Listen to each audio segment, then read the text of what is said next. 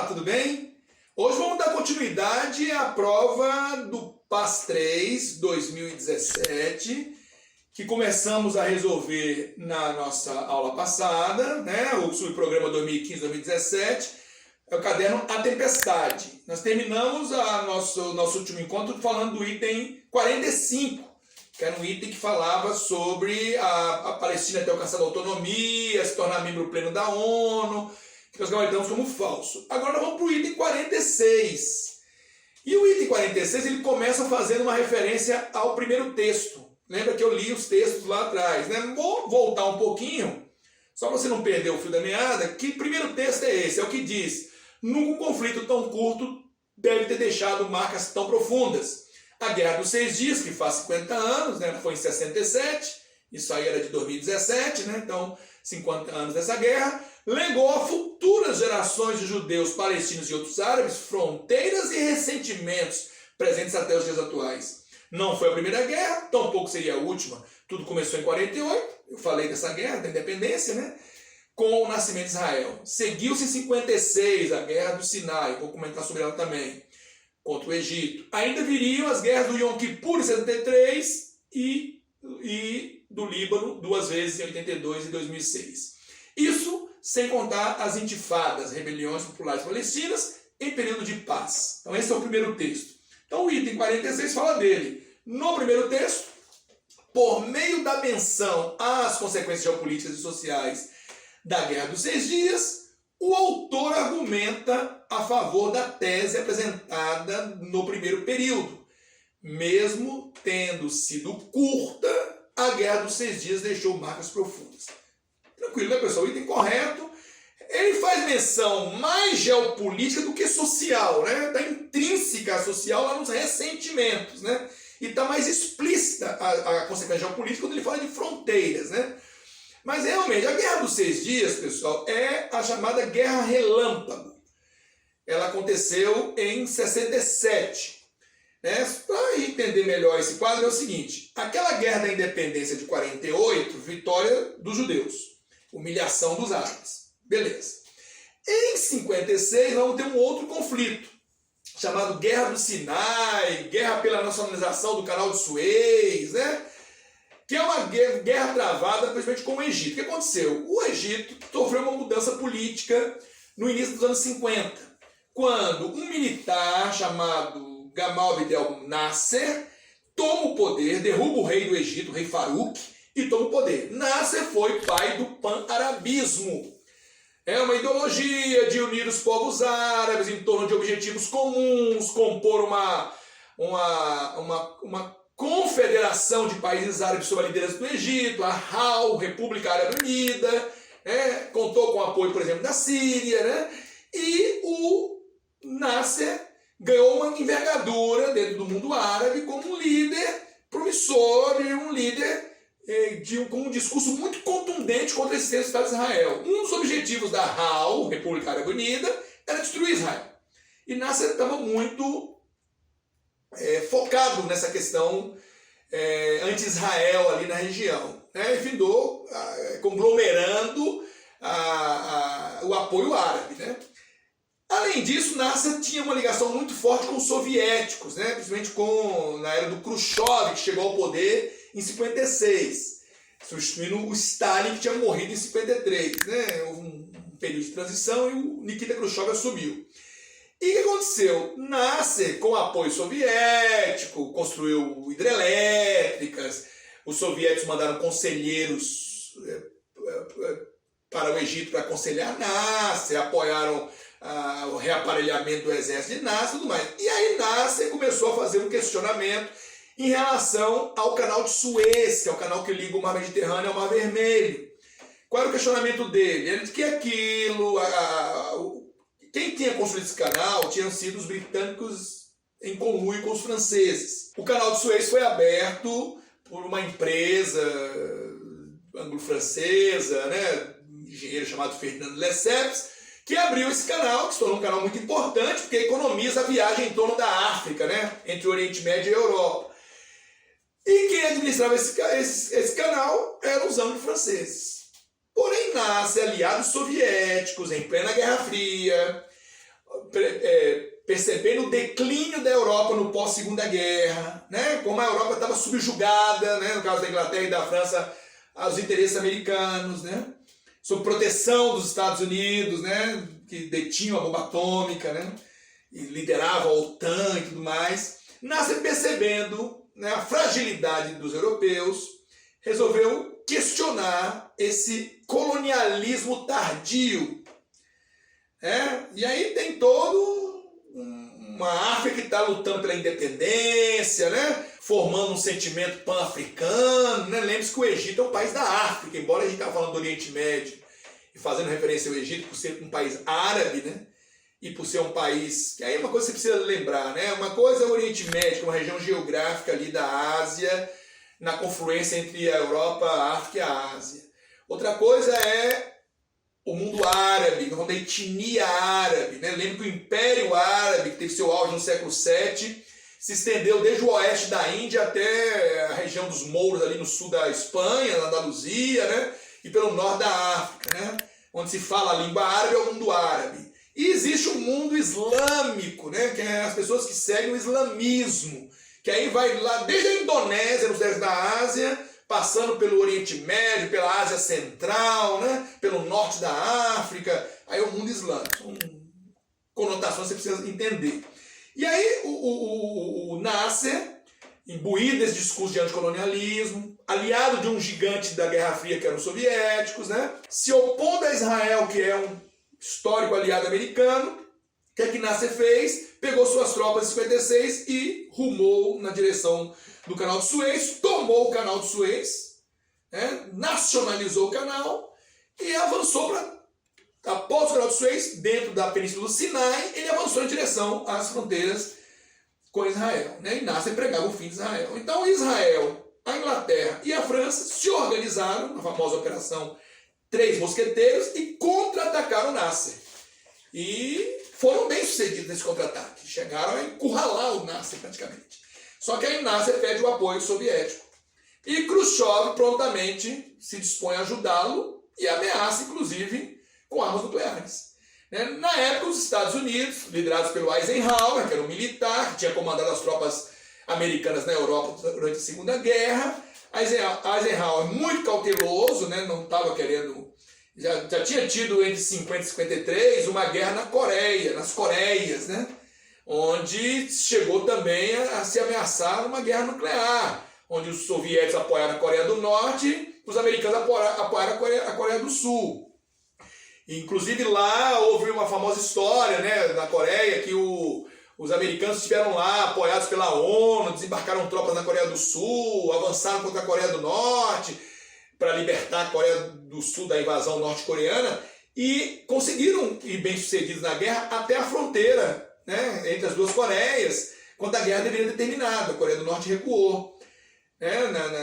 No primeiro momento da guerra. Só que o general que comandava as tropas lá na Guerra da Coreia era o Douglas MacArthur. Né?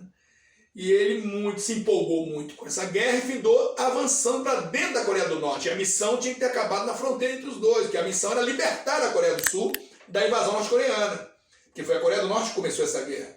Só que o Douglas MacArthur, de olho na eleição presidencial, avançou para dentro da Coreia do Norte. E aí a China entrou na guerra, na Coreia do Norte, e levou o MacArthur a recuar com suas tropas.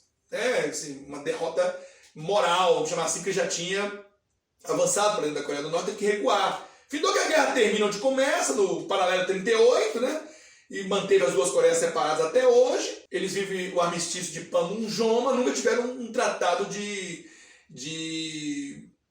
paz definitivo. Então, o exemplo da Coreia colocou em xeque, por exemplo, o Douglas MacArthur, que o Truman, na época, norte-americano, ficou muito chateado com as manobras que ele fez, além da conta, né? E com a desmoralização que ele sofreu, ele findou voltando para casa e não se candidatou a presidente.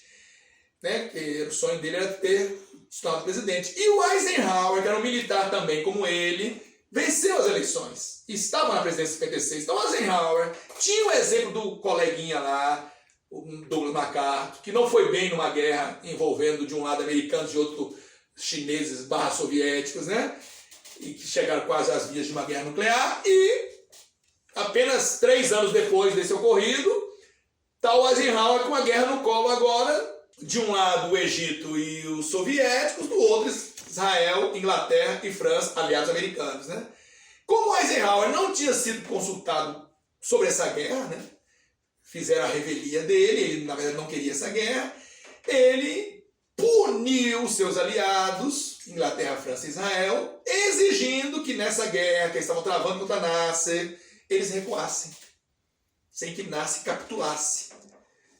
E aí Nasser sobrevive então, né, a esse confronto, sai com a posse do canal, ele conseguiu nacionalizar o canal, com o apoio soviético, com o recuo inglês, francês e judeu, que os judeus sob protesto recuaram, mas era a ordem dos Estados Unidos, os Estados Unidos tinham muita influência nessa região.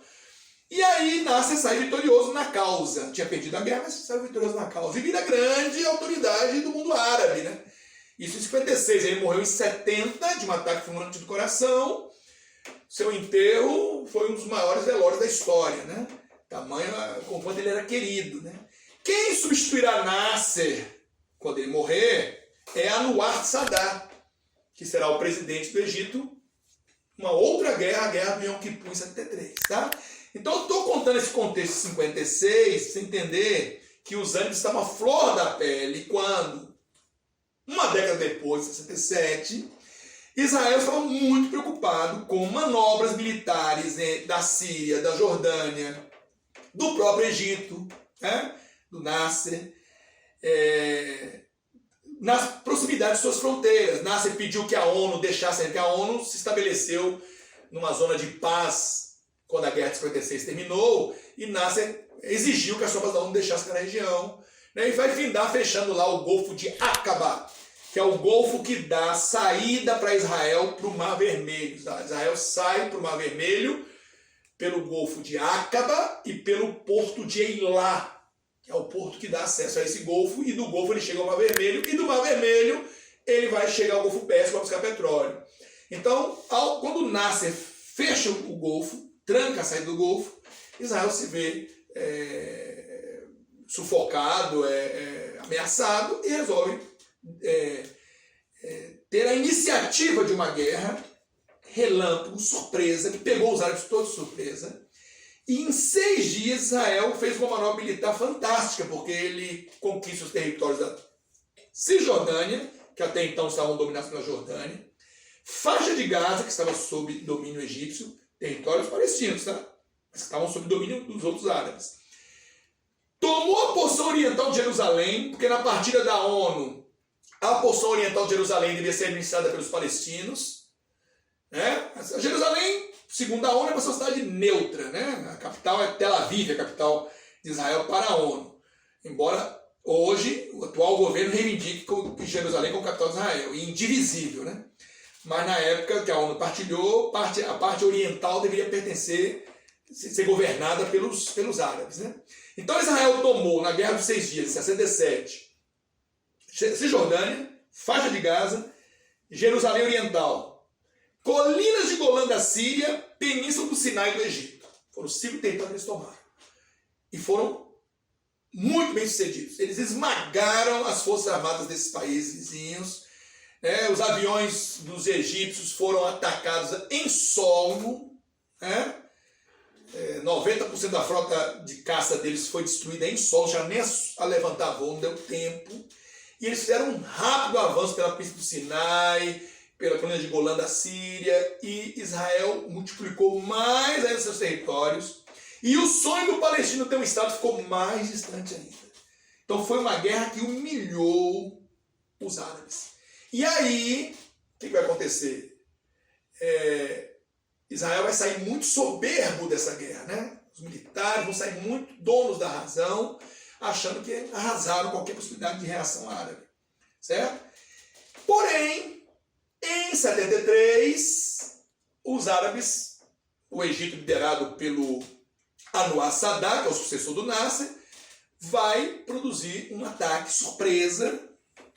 Alguns dizem não tão surpresa assim, porque há uma famosa história de que um genro do Nasser se tornou um espião, um duplo espião, que levava informações do Egito para Israel e que avisou Israel da possível do possível ataque do 73, a famosa guerra do Yom Kippur. Isso está no filme O Anjo do Mossad, que se você quiser assistir, está na Netflix, que conta a história desse agente, que alguns acreditam que foi um agente duplo, né? Que morreu misteriosamente depois em Londres, caindo de uma sacada de um prédio, que até hoje duvidam que a morte dele foi acidental, né? Mas esse agente duplo teria tentado, com informações, alertar Israel de um possível ataque. Israel ficou na dúvida e o Mossad, a inteligência militar de Israel, teria vacilado e não se preparar melhor, porque na Guerra de 73, na Guerra do Yom Kippur, dia sagrado do judeu, dia do perdão, dia de oração, né, os árabes atacaram Israel. Israel foi pego num contrapé, precisou recuar, inclusive, de suas posições, né?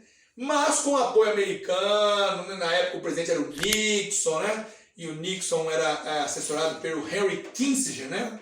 Secretário de Estado americano. O homem que escreveu esse livro aqui é um livro famosinho aí, para quem gosta da diplomacia, né? Ó, Kissinger, Diplomacia, né?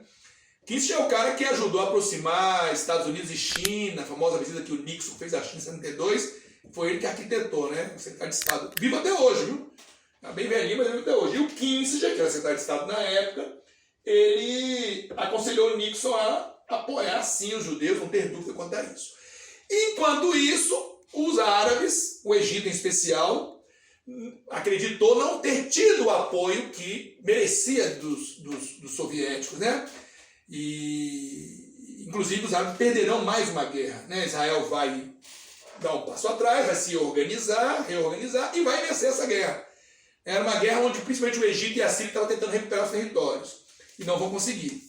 E foi mais uma derrota árabe. Inclusive o mundo árabe, muito frustrado com essa derrota, resolveu decretar o famoso primeiro choque do petróleo, né? Eles tinham fundado a OPEP em 60, Organização dos Países Exportadores de Petróleo, um cartel de produtores, e em retaliação ao Ocidente, em especial os Estados Unidos e aqueles que o apoiaram nessa guerra, que apoiaram Israel, os árabes resolveram baixar as cotas de produção e o barril de petróleo saiu de 2 para 12 dólares. Né?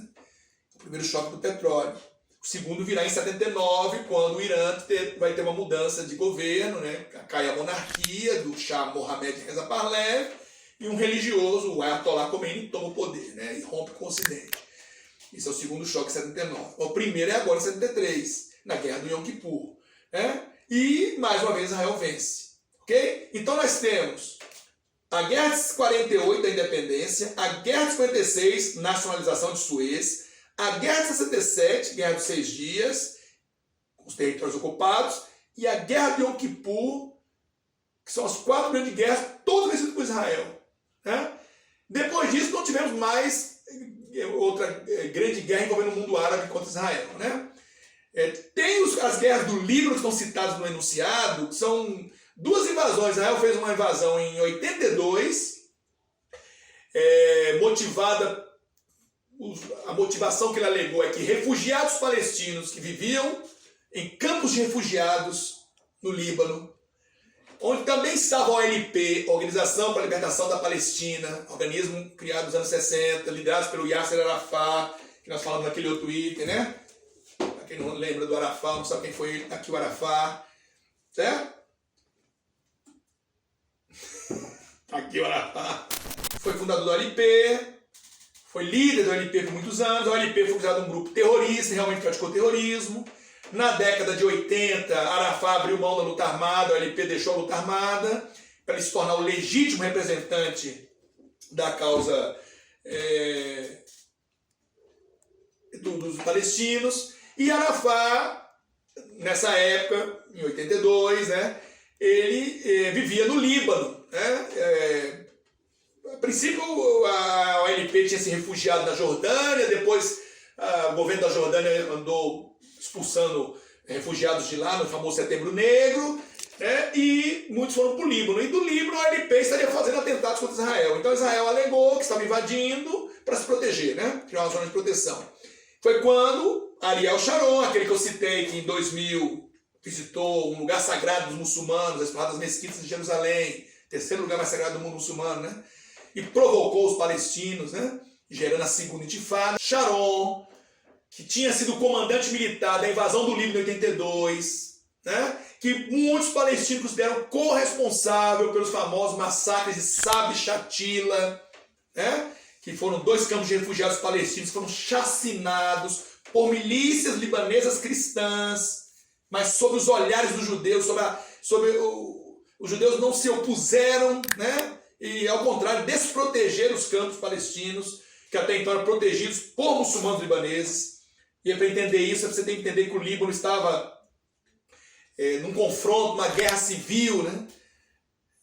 Entre muçulmanos libaneses e cristãos libaneses, né? E os cristãos, num ato de vingança, entraram nos campos de refugiados palestinos e massacraram os palestinos.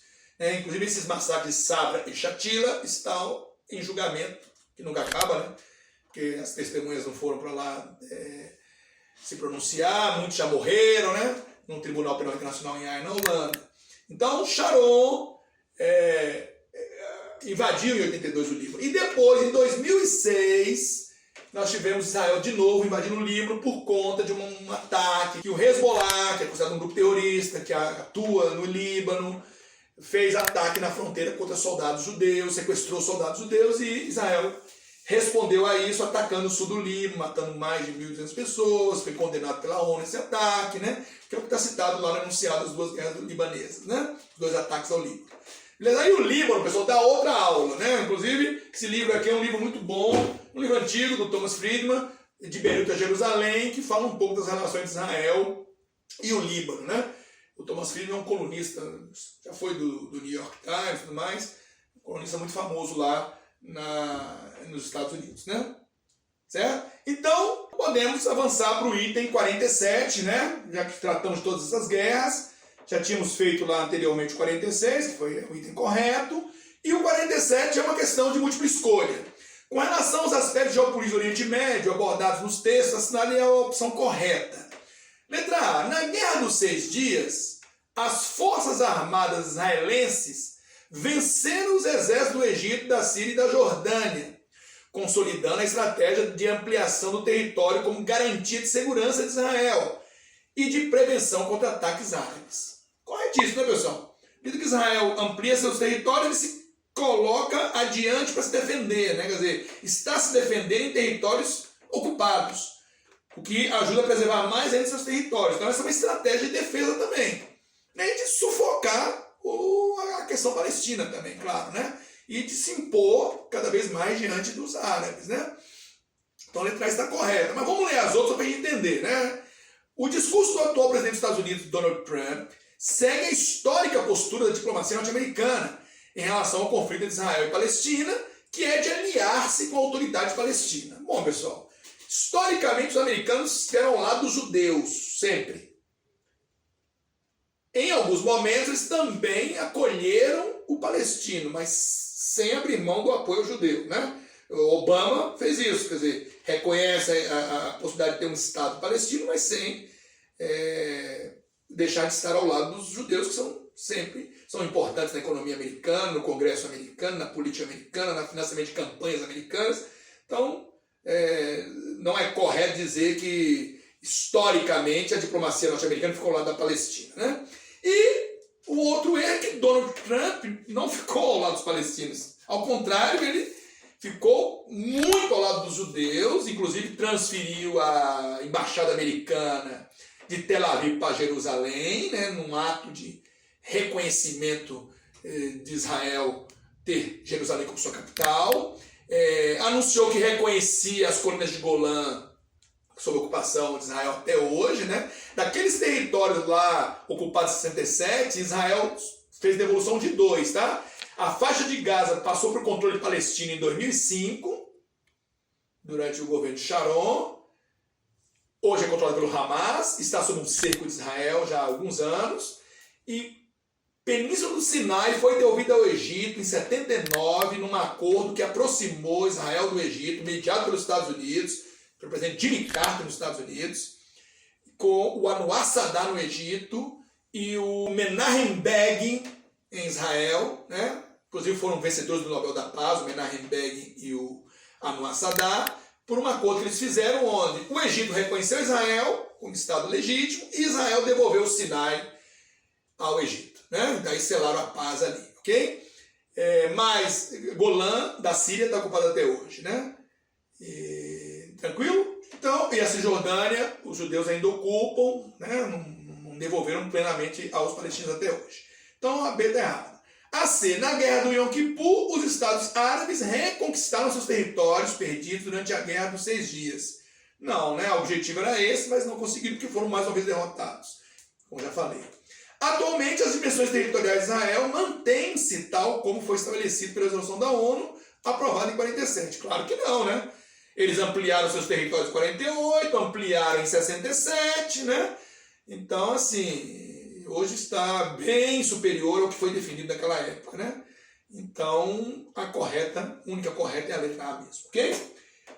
Bom, agora a gente vai mudar um pouco o tema. O tema do Oriente Médio termina e vamos para um novo texto que nos ajuda a resolver o próximo item. O item agora que nós vamos resolver é o 48, tá? E o texto diz: durante a Primeira República, o PAC, conhecido como Política dos Governadores, garantiu o apoio recíproco entre o governo federal e os governos estaduais. Em 30, encerrou-se o mandato do presidente Washington Luiz, que havia rompido o acordo tácito entre as elites oligarcas de São Paulo e Minas, famoso política do café com leite, né?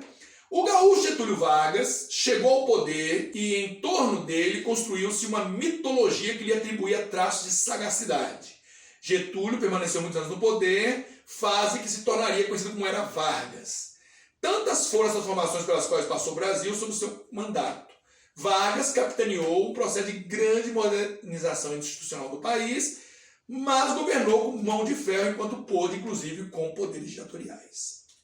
Então aí está falando da Era Vargas, né, que pôs fim à política café com leite. Vargas veio lá do Rio Grande do Sul, né, Revolução de 30, depois estabeleceu o Estado Novo, ficou até a Segunda Guerra Mundial, quando conduziu o Brasil à Segunda Guerra.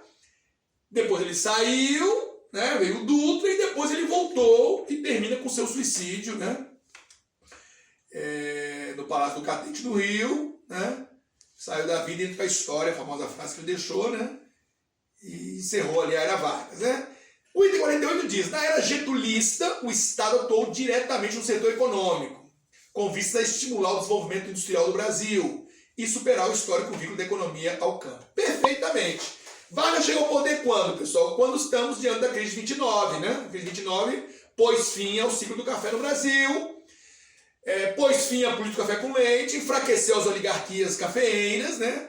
E abriu as portas definitivamente para a industrialização do Brasil, que já vinha com dificuldades desde o século XIX tentando desabrochar, mas enfrentando muita resistência das oligarquias e pouco apoio do Estado, né? Então, o que Getúlio faz? Coloca o Estado a favor da industrialização do Brasil, com capital estatal, com a política nacionalista. Ele vai promover a criação da Companhia Siderúrgica Nacional em Volta Redonda, que foi um presente que nós ganhamos para participar da Segunda Guerra ao lado dos aliados, né? Criou a CHESF, Companhia Hidrelétrica do Vale do São Francisco, né? Vai criar no seu segundo mandato, quando ele estiver no segundo momento no poder, em 53, a Petrobras, né?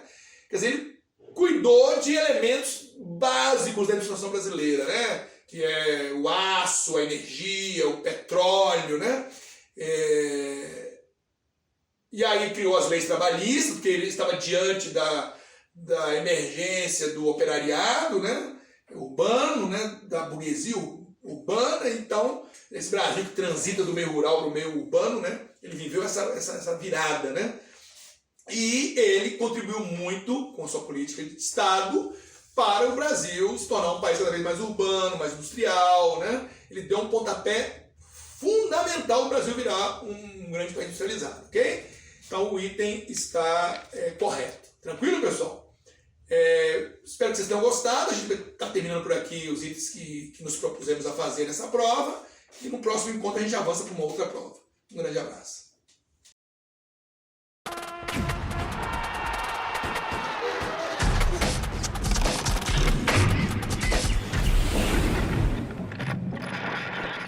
Can you explain us where we are exactly right now?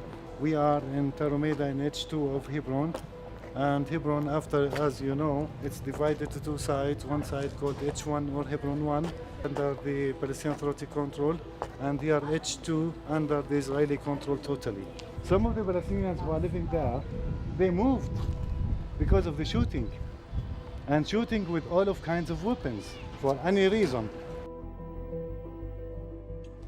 According to Oslo Accord, they said that Israel took 3% of Hebron city. But actually, Google the map, you will see that Israel took 28% of the city, and this is lies.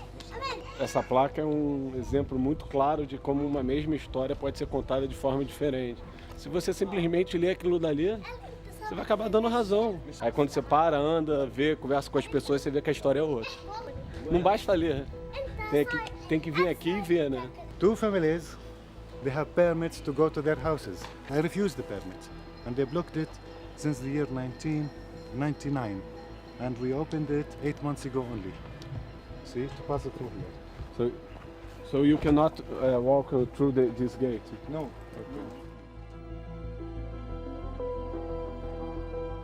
Here, the settlement Ramat Ishai, it's laid here since the year 1984, and this piece of land, it belongs to me. You know the people that live Yes, here now? yes, I know them. Nice kids? Yeah, they are very aggressive kids. Yes. They throw stones. They poisoned it, yeah. Can't eat from it, we can't sell from it. This is a plan from them to force us to leave. We haven't money, we haven't jobs. I haven't my job. I lost my job because I'm detained here since 8 months now. I can't move. And we can sell from our figs, we can sell from our olives. Regulations to say what this fucking life, let us move by ourselves. You cannot get out the checkpoints We to go cannot. out. No. You cannot. Why? I can't. Security reasons, they said, because I did awareness about my home country here. I'm talking about the history of Palestine. I made tour for the internationals, so they detained me here. So you are in home prison. Exactly. Not even home prison because their home is. They are here. Yeah. Yes. Por isso que o Mr. Ed falou pra gente ajudar ele, que ele tá em situação ruim, sem emprego. A gente não sabia direito porquê, agora sabe, né? You told us that you have the documents that prove that this house is yours. Yes. But when you tell them and you show these documents, what do they tell you? They said it's a promise from God to us that you have to move, and the only documents for them is the Torah. Okay. See? So you can see over us, this is a settlement which called Ramat Ishai, and this is the house of Baruch Marzel. He is the Jewish Defense League leader all over the world. And in his house, there is 2 posters written in his house. One of it, I already managed to kill Arabs. Did you? The other poster, he said in it that God gave us the right to kill Arabs and we love it. In this way, what? This As is before. my original access to my house. It's totally blocked. They throw garbage, sand, rocks, everything. They cut the pipes of water which feeds the house from up. See the water, the pipes, it's from up. It feeds other houses there. But see my pipe, it's cut it down. I stayed 3 years without water. I used to buy bottles, and imagine bottles for everything. For cleaning, for washing, for taking a shower, for cooking, for everything. Tô arrepiado com a história desse cara, juro por Deus. Tá indo pra casa do irmão dele? É.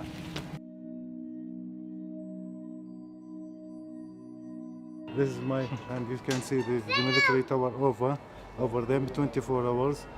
And here the main access, totally blocked. Ask just how is it to live with a soldier on his roof? كيف بتعيش في الحياة هنا في خوف، في رعب من الجيش للأولاد، لأن للبيت مش مستقرين، حياتنا مش مستقرة، في خوف طبعا، حياتنا صعبة.